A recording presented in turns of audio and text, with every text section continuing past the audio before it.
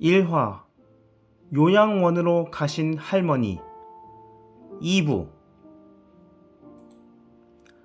잠시 후 나는 놀란 가슴을 진정시켰다. 그러자 외숙모가 자신의 입장을 설명하셨다.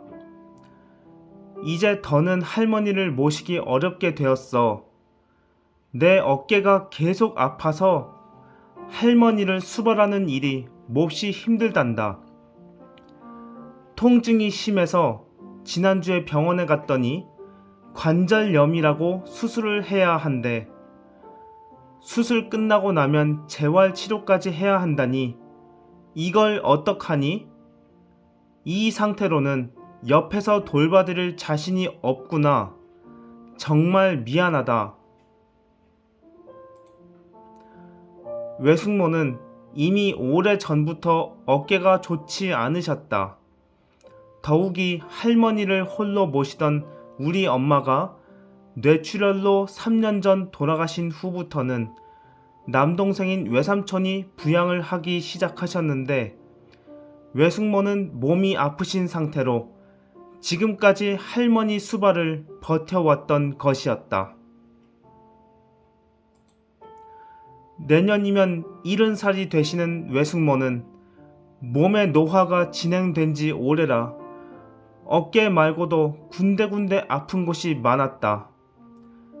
요즘 말하는 노노케어, 즉 노인이 노인을 돌보기를 실감하는 순간이었다. 나는 할머니가 요양원 같은 시설로 보내져야 하는 현실이 가슴 아팠지만 외숙모의 입장이 점점 공감이 되었다. 너도 알다시피 너희 삼촌은 70이 넘은 나이에도 밖에 나가서 돈 벌어 오느라 낮에 집에 있을 시간이 없어. 그리고 나는 치료받으며 병원도 왔다 갔다 해야 하고 집안에서 더 이상 무리해서 일하면 안 돼. 그리고 주말에는 바깥에 나가서 친구들이랑 함께 시간도 보내고 싶고.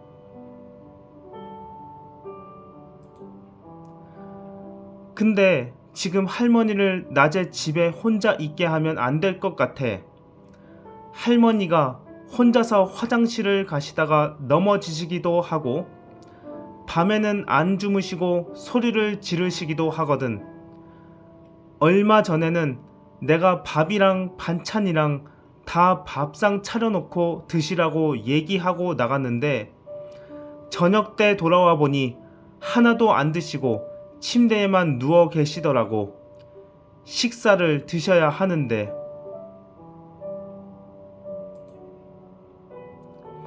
그렇다고 내가 할머니 옆에 하루 종일 붙어 있을 수도 없고 해서 요양원에서 사시게 하는 것이 안전하다는 생각이 들었어. 외삼촌 댁에는 방문 요양보호사가 드나들어서 할머니와 함께 있는 동안은 문제 없었다. 하지만 하루 3시간 뿐이다. 그것도 주 5일이라 요양보호사가 쉬는 날은 하루 종일 할머니 혼자 계셔야 했다. 그리하여 외숙모는 집에서 가까운 요양원을 알아보시게 된 것이다. 이 냄새도 문제야. 할머니가 코에서 계속 코피랑 염증이 흘러나와서 휴지로 막아도 냄새가 거실에 다 퍼지니 이렇게 환기를 시켜도 저녁 때는 창문을 닫고 자기 때문에 냄새가 잘 빠지지 않아서 머리가 아플 지경이야. 그뿐인 줄 아니? 할머니가 중간중간에 코에서 휴지를 빼서 쓰레기통에 버리시는데 거기서 썩은 내가 진동을 해. 너도 아까 들어올 때 냄새 나지 않았니? 내가 맡은 생선 비린내는 할머니 코에서 나왔던 것이다.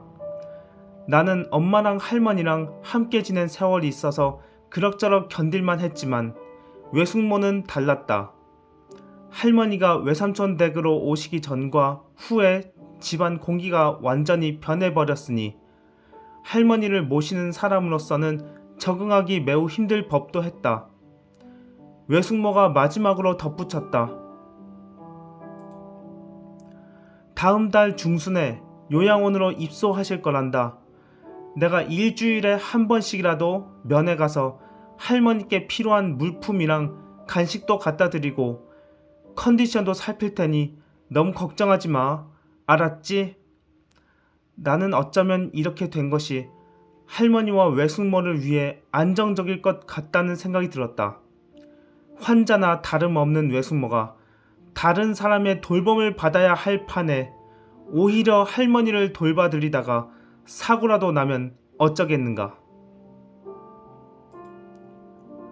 나는 외숙모에게 고개를 끄덕이며 대답했다. 네, 그동안 고생하셨어요. 감사해요.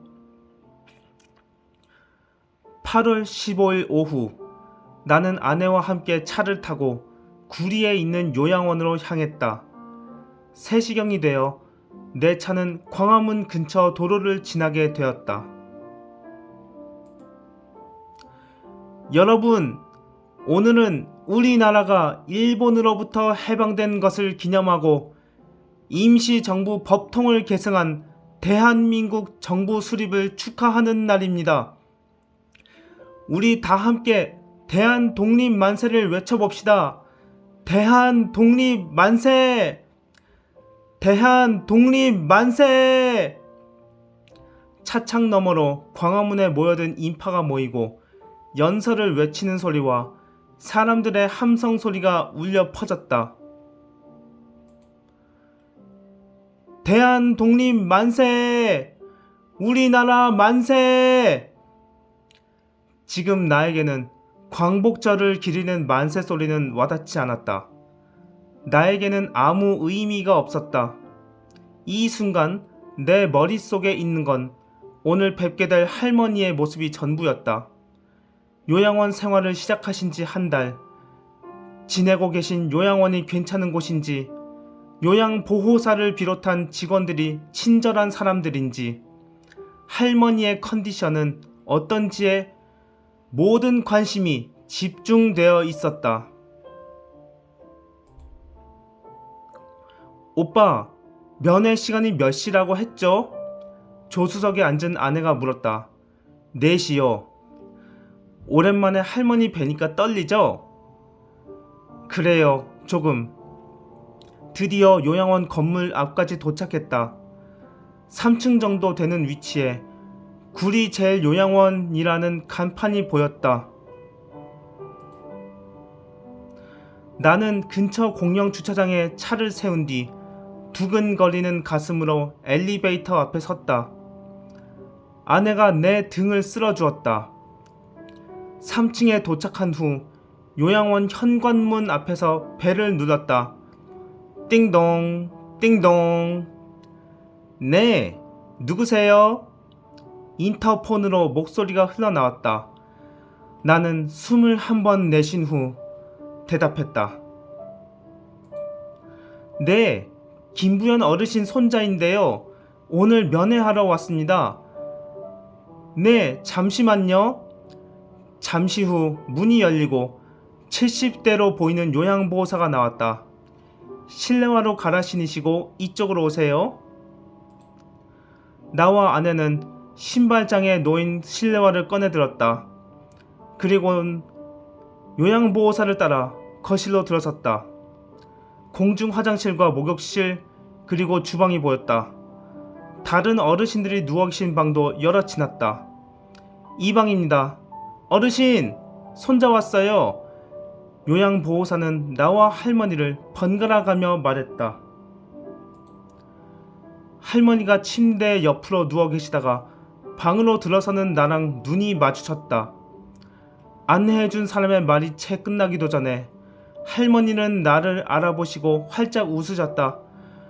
어이구, 유진이 왔구나. 할머니는 천천히 몸을 일으키셨다. 나는 할머니 손을 꼭 잡아드렸다. 3부에서 계속됩니다.